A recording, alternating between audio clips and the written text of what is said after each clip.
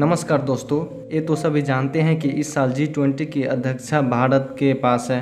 यानी दुनिया के शीर्ष 20 देशों में से सभी शिखर सम्मेलनों में और मंचों की मेजबानी भारत करेगा। मुख्य शिखर सम्मेलन 9 और 10 सितंबर को नई दिल्ली के प्रगति मैदान में होगा, जिसमें दुनिया भर के राष्ट्राध्यक्ष यानी राष्ट्रपति और प्रधानमंत्री शामिल होंगे। लेकिन एक सवाल जो आपको परेशान कर रहा होगा वो है G20 क्या है, यह समूह क्यों अस्तित्व में है, इसे बनाने के पीछे क्या उद्देश्य था, ये देश हर साल अलग अलग जगहों पर क्यों मिलते हैं।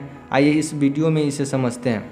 भारत ने औपचारिक रूप से G20 की अध्यक्षता संभाल ली है। इस G20 सत्र की मेजबानी करना भारत के लिए एक बड़ा अवसर है। भारत इस मेगा इवेंट की मेजबानी के लिए खुद को तैयार कर रहा है। दोस्तों, G20 को समझने से पहले हमें G7 को समझना होगा, क्योंकि G7 का गठन G20 से पहले हुआ था। यह सब 1970 के दशक की शुरुआत में शुरू हुआ। विश्व की आर्थिक स्थिति बिगड़ती जा रही थी। इसके पीछे कई कारण थे, लेकिन सबसे बड़ा कारण 1973 का तेल संकट था। यह संकट तब शुरू हुआ जब अरब देशों ने तेल प्रतिबंध लगा दिया। उन्होंने उन देशों को तेल बेचना बंद कर दिया जो इजराइल का समर्थन कर रहे थे। ज़्यादातर पश्चिमी देश अमेरिका और यूरोप को पसंद करते हैं। ये पश्चिमी देश मध्य पूर्व से आने वाले तेल पर बहुत अधिक निर्भर थे और इस वजह से इन देशों में भारी आर्थिक मंदी देखी गई। 11 अरब देशों ने संयुक्त राज्य अमेरिका को सभी तेल शिपमेंट बंद कर दिए।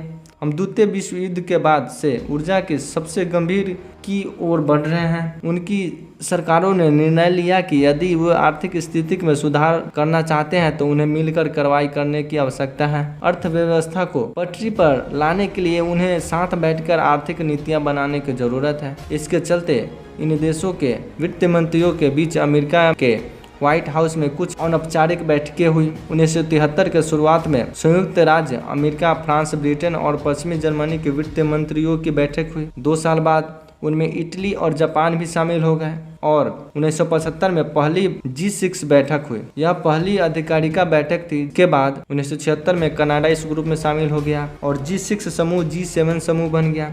ये सातों देश अपने समय के सबसे विकसित देशों में से थे। उनकी अर्थव्यवस्थाएं दुनिया के शीर्ष अर्थव्यवस्थाओं में से एक थी, लेकिन उनमें और भी कई समानताएं थी। ये सभी देश उदार लोकतंत्र थे और मानवाधिकार और व्यक्तिगत स्वतंत्रता जैसे मूल्यों को बढ़ावा देते थे। राजनीतिक रूप से शीत युद्ध के दौरान ये देश पश्चिमी ब्लॉक का हिस्सा थे, तो आप कह सकते हैं कि वे वैचारिक रूप से भी समान थे और निश्चित रूप से आर्थिक रूप से वे तेल संकट और मंदी जैसी समस्याओं से जूझ रहे थे। इसलिए उनका मुख्य उद्देश्य एक साथ बैठकर आर्थिक रणनीति बनाना था। 1998 में रूस को भी इस समूह में शामिल कर लिया गया। G7 G8 बन गया। लेकिन 2014 में जब रूस ने क्रीमिया पर आक्रमण किया तो रूस को इस समूह से बाहर कर दिया गया।